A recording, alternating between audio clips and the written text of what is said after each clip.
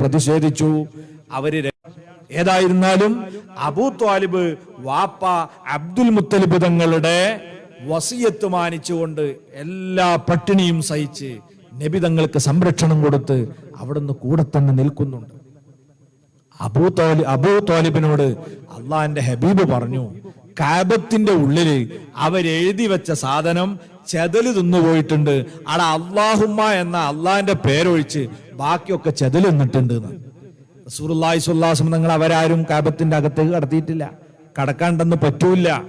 അപ്പൊ ഉള്ളിലുള്ള സംഗതി നബിതങ്ങൾ പറഞ്ഞിട്ടുണ്ട് എന്ന് നബിതങ്ങൾ ഖുറൈശികളോട് പറഞ്ഞു. അപ്പൊ ഖുറൈശികൾ ചോദിച്ചു, അതുണ്ടെങ്കിൽ നമുക്ക് നോക്കാലോ, മോന്റെ പ്രവചനം ശരിയാണോ നോക്കാലോ എന്ന് പറഞ്ഞ് കാബം തുറന്നു നോക്കുമ്പോൾ ആ പറഞ്ഞതുപോലെ അല്ലാഹുമ്മ എന്ന ബിസ്മിക അല്ലാഹുമ്മ എന്ന പേരൊഴിച്ച് ബാക്കി മുഴുവനും ചെതലരിച്ചു പോയിട്ടുണ്ട്. അത് എഴുതി കൊടുത്ത ആളുണ്ടായിരുന്നു, അയാളെ കയ്യതാ കുഴഞ്ഞുപോയി. അയാൾക്ക് പിന്നെ ആ കൈ കൊണ്ട് വേറൊന്നും എഴുതാൻ കഴിഞ്ഞിട്ടില്ല. അങ്ങനെ നുബുവത്തിന്റെ 10ാമത്തെ കൊല്ലം വന്നപ്പോൾ 3 കൊല്ലത്തെ ശക്തമായ ഉപരോധത്തിന് ശേഷം നിവൃത്തിയില്ലാതെ ആ ഉപരോധം അവർ പിൻവലിച്ചു. അപ്പോഴേക്ക് വന്യവയോധികനായ അബൂ ത്വാലിബ് ആകെ ക്ഷീണിച്ച് എല്ലും തോലുമായിരുന്നു. മുത്തുനബിയോടൊപ്പം ഒട്ടിനിന്ന് തന്റെ സമ്പത്ത് മുഴുവനും ദീനിനു വേണ്ടി ചെലവഴിച്ച മഹദിയായ ഖദീജ റളിയല്ലാഹു അൻഹാ രോഗം ബാധിച്ച് ക്ഷീണിച്ച് കിടപ്പിലായി കഴിഞ്ഞിരുന്നു. അങ്ങനെ അതാ നുബുവത്തിന്റെ 10ാമത്തെ കൊല്ലം ഉപരോധം കഴിഞ്ഞ് പരിശുദ്ധ റമളാൻ മാസം, ആ റമളാനിൽ മഹാനായ അബൂ ത്വാലിബ് അദ്ദേഹം അതാ അവിടെ നിന്ന് വഫാത്താകുകയാണ്, മരണപ്പെടുകയാണ്. അബൂ ത്വാലിബ് മരണപ്പെട്ട് ആ വേദന നബി സല്ലല്ലാഹു അലൈഹി വസല്ലം തങ്ങൾ കുറച്ചൊന്നല്ല അനുഭവിച്ചിട്ടുണ്ടായി. കാരണം നമുക്കറിയാം, എല്ലാ എതിർപ്പുകളെയും അവഗണിച്ചുകൊണ്ട് നബി സല്ലല്ലാഹു അലൈഹി വസല്ലം തങ്ങളോടൊപ്പം നിൽക്കാൻ തയ്യാറായ അബൂ ത്വാലിബിന് വല്ലാത്ത കടപ്പാടുണ്ട് നബി തങ്ങൾക്ക് അദ്ദേഹത്തോട്. അതുകൊണ്ട് തന്നെ മരണാസന്നനായ സമയത്ത് നബി തങ്ങൾ ചെന്ന് ഷഹാദത്ത് കലിമ ചൊല്ലാൻ ആവർത്തിച്ചു പറഞ്ഞു. അപ്പോൾ പറഞ്ഞു, ഞാനൊരു ഭീരുവാണ് എന്ന് ഖുറൈശികൾ കരുതിയെങ്കിലോ എന്ന് പറഞ്ഞു ഒഴിയുകയായിരുന്നു.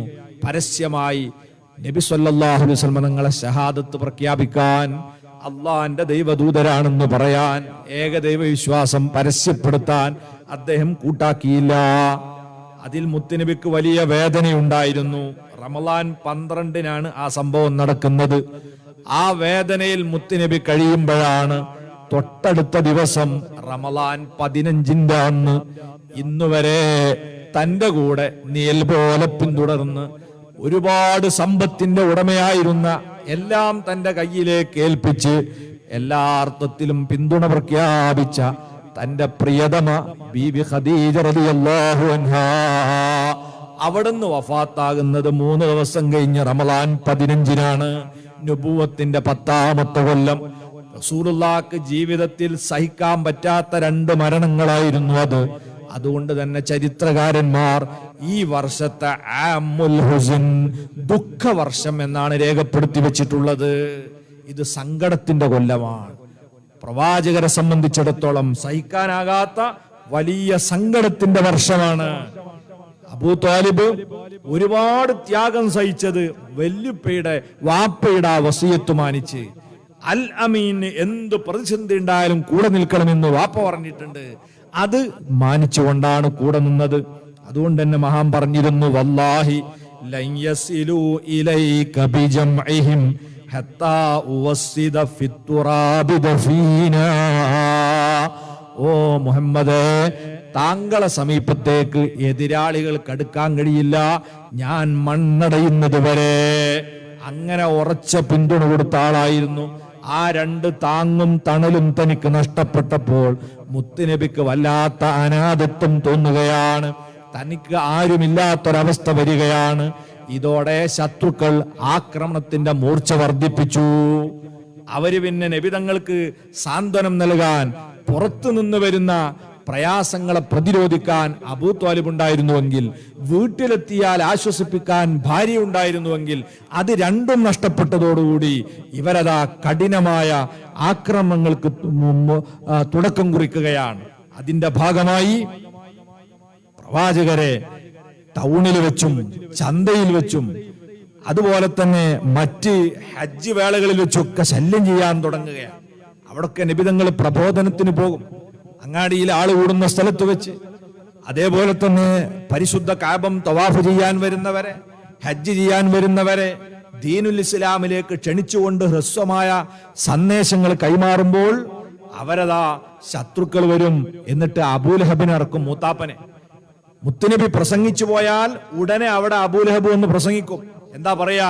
ഇന്നഹു സ്വാബിയും കാദിബുൻ, ഇവൻ മതം മാറിയ ആളാണ്, കള്ളനാണ്, എന്റെ കുടുംബക്കാരനാണ്, ഇവൻ എനിക്ക് പണ്ടേ അറിയുന്നതാണ് എന്നൊക്കെ പറഞ്ഞ് റസൂലുള്ളാഹിനെ ഇകഴ്ത്തിക്കൊണ്ട് സംസാരിക്കാൻ അബൂലഹബിനും കൂട്ടിയിട്ട് ആ ശത്രുക്കൾ വരിക.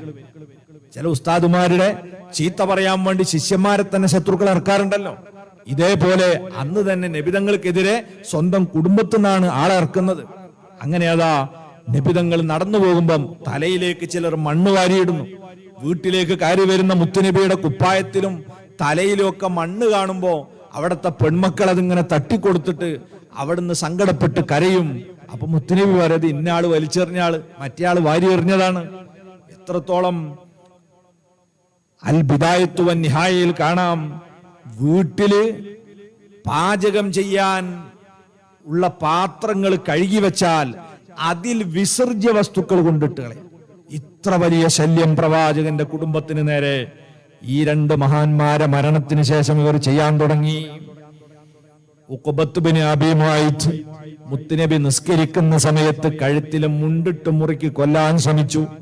അബൂബക്കർ സിദ്ദീഖ് റളിയല്ലാഹു അൻഹുവാണ് ആ സമയത്ത് വന്നിട്ട് രക്ഷപ്പെടുത്തുന്നത്. ഒട്ടകത്തിന്റെ ചീഞ്ഞളിഞ്ഞ കുടൽമാല ആ ശരീരത്തിലേക്ക് വാരി എറിയാൻ വേണ്ടിയുള്ള ശ്രമം നടന്നു. ഇങ്ങനെ നബി സല്ലല്ലാഹു അലൈഹി വസല്ലം തങ്ങളെ നേരിട്ട് ശാരീരികമായി പീഡിപ്പിക്കാനുള്ള സാഹചര്യം ഈ രണ്ട് താങ്ങും തണലും നഷ്ടപ്പെട്ടതിന് ശേഷമാണ് റസൂലുള്ളാഹി സ്വല്ലല്ലാഹു അലൈഹി വസല്ലം അനുഭവിക്കേണ്ടി വന്നിട്ടുള്ളത്. അങ്ങനെയുള്ള പ്രയാസങ്ങളും പ്രതിസന്ധികളൊക്കെ ആയി ഭാര്യ വഫാത്തായി. ആ സമയത്ത് മുത്തുനബിക്ക് പെൺമക്കളാണ് ബാക്കിയുള്ളത്. ആ കുട്ടികൾക്ക് ഒരു അത്താണി വേണ്ടേ? അങ്ങനെയാണ് അവിടുത്തെ ജീവിതത്തിലേക്ക് ഒരു പെൺകുട്ടി കൂടി കടന്നു വരുന്നു. അതാരാണ്? സൗദാ ബിൻത് സംആ റളിയല്ലാഹു അൻഹ. സൗദാ ബീവി നബിതങ്ങളെക്കാൾ പ്രായമുള്ള ആളാ, 60 വയസ്സിന്റെ മേലെ പ്രായമുണ്ട്. നബിതങ്ങൾക്ക് ഖദീജ ബീവി വഫാത്താകുന്ന സമയത്ത് 50 വയസ്സാണ്. ഖദീജ ബീവിക്ക് 65 വയസ്സാകുമ്പോഴാണ് ഖദീജ ബീവി വഫാത്താകുന്നത്. ഖദീജ ബീവി വഫാത്തായതിനു ശേഷം നബിതങ്ങൾ വിവാഹം ചെയ്യുന്നത് ആരെയാണ്? സൗദാ ബിൻത് സംആ എന്ന് പറയുന്ന മഹദിയാണ്. ആ മഹദി സക്രാൻ ഇബ്നു അംർ എന്ന് പറയുന്ന ഭർത്താവിന്റെ കൂടെയായിരുന്നു. അവര് എത്യോപ്യയിലേക്ക് ഹിജ്റ പോയ ആളാണ്. അവിടെ വെച്ച് ഭർത്താവ് മരണപ്പെട്ടു. ശേഷം നാട്ടിലേക്ക് തിരിച്ചു വന്നു നോക്കുമ്പോ ഒറ്റയായി, കുടുംബക്കാര് സ്വീകരിച്ചില്ല. അങ്ങനെ ആരുമില്ലാതെ ഒരു മുസ്ലിം വനിത സംരക്ഷിക്കാൻ ആളില്ലാതെ നിൽക്കുമ്പോൾ ആ സഹോദരിയെയാണ് അള്ളാഹിന്റെ ഹബീബ് രണ്ടാമത് വിവാഹം കഴിക്കുന്നത്. പ്രവാചകന്റെ ഭാര്യമാരെ കുറിച്ചൊക്കെ പല ആളുകളും വിമർശനം ഉന്നയിക്കാറുണ്ട്. നിങ്ങൾ ആലോചിച്ച് നോക്കൂ പ്രവാചകന്റെ അവസ്ഥ എന്താണ്. അവിടുത്തെ ഒന്നാമത്തെ ഭാര്യ 65-ാമത്തെ വയസ്സിൽ വഫാത്താകുമ്പം നബിതങ്ങൾക്ക് 50 വയസ്സാണ്. അതുവരെ വേറെ ഒരു ഭാര്യയെ കുറിച്ച് അവിടുന്ന് ചിന്തിച്ചിട്ടില്ല. 50 വയസ്സായപ്പോൾ രണ്ടാമത് വിവാഹം ചെയ്യുന്ന സൗദാബിയുടെ പ്രായം 60 വയസ്സിന്റെ മേലെയാണ്. അവരാണെങ്കിൽ വിധവയാണ്. ആ വിധവയെ വിവാഹം ചെയ്തത് എന്തിനു വേണ്ടിയാണ്? എല്ലാവരും വിവാഹത്തിന് ലൈംഗികത എന്ന് പറയുന്ന ഒരു ലക്ഷ്യം മാത്രം സങ്കല്പിച്ചിട്ടാ പല ആളുകളും വിമർശിക്കുന്നത്. അല്ല, അതിന് പല താല്പര്യങ്ങളുണ്ട്. ഇവിടെ പ്രവാചകന്റെ കുടുംബത്തിന് സംരക്ഷണം കൊടുക്കാൻ, ഈ പെൺമക്കൾക്കൊരു ധൈര്യം പകരാൻ, പ്രവാചകന്റെ പ്രബോധനത്തിന് പിന്തുണ കൊടുക്കാൻ പറ്റിയ ഒരു ഇണ എന്ന നിലക്ക് 60 പിന്നിട്ട സൗദാ ബീവിയെ പ്രവാചകൻ ജീവിതത്തിലേക്ക് കൊണ്ടുവരികയാണ്. അങ്ങനെ പ്രവാചകരുടെ പ്രബോധനത്തിന് അവരുടെ പിന്തുണ ലഭിക്കുന്നു. എന്നാൽ നാട്ടിൽ പുറത്തിറങ്ങാൻ പറ്റാത്ത സാഹചര്യം, ശത്രുക്കൾ നാനാഭാഗത്തുനിന്ന് പീഡനങ്ങളുടെ പല രീതിയിലുള്ള പ്രയോഗങ്ങളും നടത്തുന്നു. അപ്പോഴാണ് അള്ളാഹിന്റെ ഹബീബ് ചിന്തിക്കുന്നത്, അവിടത്തേക്ക് മുലപ്പാല് നൽകിയ ഹലീമത്തു സഅദിയ റളിയല്ലാഹു അൻഹ ഒക്കെ താമസിക്കുന്ന തോയിഫിന്റെ ഭാഗത്തേക്കൊന്ന് പോയി നോക്കിയാലോ. അവിടെ അബുദയാലിയിൽ മസ്ഊദ് തുടങ്ങിയ അവിടുത്തെ നേതാക്കന്മാരുണ്ട്. ആ നേതാക്കന്മാരെ കണ്ട് അവരഭയം തരുമോ എന്നൊന്ന് ചോദിച്ചാലോ എന്ന് കരുതി മക്കയിൽ ആരോടും പറയാതെ മുത്തുനബി ത്വായിഫിലേക്ക് ഒരു യാത്ര ചെയ്തു നോക്കി. പക്ഷേ ത്വായിഫിൽ ചെന്ന് ഈ നേതാക്കളെ കണ്ട് വിവരം പറഞ്ഞപ്പോൾ അറിവില്ലാത്ത ഈ നേതാക്കൾ പറഞ്ഞു, ഇതൊരു ഭ്രാന്തനാണ്. അത് പറഞ്ഞുകൊണ്ടതാ അങ്ങാടിയിലെ തെണ്ടിപ്പിള്ളകളെ കൊണ്ട് കൂക്ക് വിളിപ്പിക്കുന്നു, കല്ലെറിയിപ്പിക്കുന്നു. മുത്തുനബി നിവൃത്തിയില്ലാതെ അവിടെ നിന്ന് തിരിഞ്ഞോടുകയാണ്. ശത്രുക്കള് പിന്നാലെ വരുന്നു. കല്ല് വലിച്ചെറിഞ്ഞതിനാൽ അവിടുത്തെ കാലിന് പരിക്കേറ്റി ചോര ഒഴുകുകയാണ്. ഓടിയോടി മക്കയുടെ പരിസരത്തുള്ള ഒരു തോട്ടത്തിലേക്ക്, ഒരു മുന്തിരിത്തോപ്പിലേക്ക് മുത്തുനബി ഓടിക്കയറുമ്പോൾ യാദൃശ്ചികമായി അവിടെ അതാ ശൈബയും മുത്തുബയും ഉണ്ട്. മക്കയിലെ പ്രവാചകരുടെ കഠിന എതിരാളികളാണ്. ഈ രണ്ടു പേരുടെയും തോട്ടമാണ്, മുന്തിരിത്തോട്ടമാണത്. മുത്തുനബി ആ തോട്ടത്തിലേക്ക് കയറിയതോടുകൂടി ത്വായിഫുകാര് പറഞ്ഞു, ഇനി നിങ്ങൾ അങ്ങോട്ട് കടക്കണ്ട, അത് മുഹമ്മദിന്റെ നാട്ടുകാരെ തോട്ടമാണ്, വേഗം തിരിച്ചു പോന്നാളൂന്ന്. അങ്ങനെ അവരൊക്കെ തിരിഞ്ഞു ഓടി. അള്ളാന്റെ ഹബീബ് ആ തോട്ടത്തിലിരുന്ന് സങ്കടപ്പെട്ടു പ്രാർത്ഥിച്ചു. അല്ലാഹുമ്മ ഇലൈക അശ്കൂ ലഅഫ ഖുവതി വഹവാനി അലന്നാസി യാ അർഹമർ റഹീമീൻ. പടച്ചവനെ, എന്റെ ബലഹീനതയും പ്രതിസന്ധിയും ഞാൻ നിന്റെ മുമ്പിലേക്ക് സമർപ്പിക്കുന്നു. നീ എനിക്ക് പരിഹാരമുണ്ടാക്കി തരണം. മഹാനായ ജിബ്രീൽ അലൈഹി സ്വലാത്തു വസ്സലാം മല കൊണ്ട് ഏൽപ്പിക്കപ്പെട്ട മലക്കിനെയും കൂട്ടി വന്നു. തങ്ങൾ പറയുകയാണെങ്കിൽ ഈ അക്രമകാരികളെ രണ്ട് മലയിടുക്കിലിട്ട് ചതച്ചരച്ചു കൊല്ലാൻ ഇതാ തയ്യാറായി മാലാഖുമാര് വന്നിട്ടുണ്ട്. അള്ളാന്റെ ഹബീബ് പറഞ്ഞു, വേണ്ട, അവരെ തലമുറയിൽ നിന്ന് ഒരാളെങ്കിലും തൗഹീദിന്റെ വാക്താവായി വരികയാണെങ്കിൽ അതല്ലേ അഭികാമ്യം. കാരുണ്യത്തിന്റെ നേതാഖേദാരമായ അള്ളാഹുവിന്റെ ഹബീബ് റഹ്മത്തുള്ള നബിയാണ്. ഒരാളെയും വെറുതെ നശിപ്പിക്കാൻ അവിടുന്ന് പ്രാർത്ഥിക്കുന്ന പതിവുണ്ടായിട്ടില്ല. അവര് വിവരമില്ലാത്തവരാണ്. അവർക്ക് അള്ളാഹു അറിവ് കൊടുത്ത് അവര് നന്നായാൽ അതല്ലേ നല്ലത്.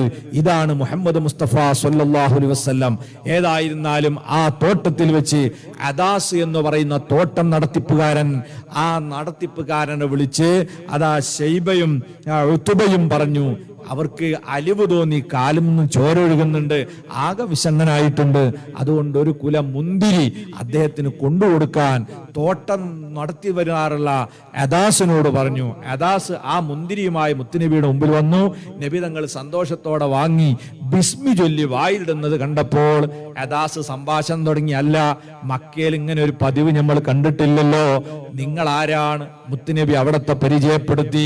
അദാസിനോട് ചോദിച്ചു, നിങ്ങൾ ആരാണ്? അപ്പൊ നീനവ സ്വദേശിയാണ്. എന്റെ ഒരു സഹോദരൻ ഉണ്ട് അവിടെ, അത് മഹാനായ യൂനുസ് നബി അലൈഹി സ്വലാമാണ്. അപ്പൊ യൂനുസ് നബിനെ നിങ്ങൾ എങ്ങനെ അറിയും? അത് അള്ളാന്റെ നബിയാണ്. ഇങ്ങനെയുള്ള സംഭാഷണത്തിലൂടെ ഇദ്ദേഹത്തിന് നബിതങ്ങൾ അള്ളാഹുവിന്റെ ദൈവദൂതരാണെന്ന് ബോധ്യപ്പെടുകയും അവിടെ വെച്ച് ഈമാൻ കൊള്ളുകയും ചെയ്തു. ഇത് ശൈബയെയും അതുപോലെ തന്നെ ഉത്ബയൊക്കെ പ്രകോപിപ്പിച്ചു. അവര് പറഞ്ഞു, ഇനി മക്കയിലേക്ക് കടക്കാൻ ഞങ്ങൾ സമ്മതിക്കില്ല. അവസാനം മുഹമ്മദ് മുസ്തഫ സ്വല്ലല്ലാഹു അലൈഹി വസല്ലമ തങ്ങൾ അക്ഷരാർത്ഥത്തിൽ ചെകുത്താനും കടലിനും ഇടയിൽ എന്ന് പറയുന്നത് പോലെ മക്കയിലേക്ക് പ്രവേശിക്കാൻ പറ്റുന്നില്ല. എന്നാൽ അവിടുന്ന് ഇങ്ങോട്ട് പുറത്തേക്ക് തോയിഫിലേക്ക് പോകാനും വയ്യ.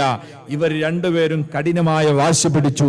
അവസാനം മുത്തഇം ഇബ്നു അദി എന്ന് പറയുന്ന മാന്യവക്തി അദ്ദേഹം വന്നുകൊണ്ട്, അദ്ദേഹം ഖുറൈശികളുടെ കൂട്ടത്തിൽപ്പെട്ട ആളാണ്, ശത്രുപക്ഷത്തുള്ള ആളാണ്. പക്ഷെ അദ്ദേഹത്തിന്റെ വീട്ടിലേക്ക് മുത്തുനബിയെ കൊണ്ടുപോയി. പിറ്റേ ദിവസം സുബഹിക്ക് മുത്തഇമും മക്കളും ഊരിപ്പിടിച്ച വാളുമായി അതാ കഅബത്തിന്റെ അടുക്കലേക്ക് മുത്തുനബിയെ കൊണ്ടുവന്ന് അവിടുന്ന് പരസ്യമായി പറഞ്ഞു, അൽ അമീനിന് ഞാൻ അഭയം കൊടുത്തിരിക്കുന്നു. നാട്ടു നടപ്പനുസരിച്ച് അതെല്ലാവരും അംഗീകരിക്കേണ്ടി വന്നു. അങ്ങനെ വീണ്ടും മക്കയിലേക്ക് തിരിച്ചു വരികയാണ്. ഇനി പ്രവാചകരെ ആശ്വസിപ്പിക്കാനും സാന്ത്വനപ്പെടുത്താനും ആരുമില്ല. ഇവിടെ അതാ പ്രിയപ്പെട്ട ഭാര്യ അവിടുന്ന് വഫാത്തായി പോയി. മഹാനായ അബൂ താലിബ് അവിടുന്ന് മരണപ്പെട്ടു പോയി. തോയിഫിലേക്ക് അഭയം തേടിപ്പോയപ്പോൾ അവിടുന്ന് തിക്ത അനുഭവമാണ് ഉണ്ടായത്. ഇനി അല്ലാഹു സുബ്ഹാനഹു വ തആല തന്നെ നേരിട്ട് ആശ്വാസം പകരേണ്ട സാന്ത്വനം നൽകേണ്ട സാഹചര്യമാണ് വരാൻ പോകുന്നത് ഇൻഷാ അല്ലാഹ്. ആ ഭാഗത്തിലൂടെ നമുക്ക് നാളെ കടന്നു പോകണം. അർഹമുർ റാഹിമീനായ റബ്ബ് നമുക്ക് കേൾക്കാനും പറയാനും ഒക്കെ തൗഫീഖ് വർദ്ധിപ്പിക്കുമാറാകട്ടെ എന്ന് മാത്രം പറഞ്ഞുകൊണ്ട് ഇന്നത്തെ സംസാരം ഇവിടെ അവസാനിപ്പിക്കുകയാണ്. അള്ളാഹു നമ്മുടെ മജ്ലിസ് ദുആക്ക് ഇജാബത്തുള്ള സദസ്സുകളിൽ ഉൾപ്പെടുത്തി തരട്ടെ.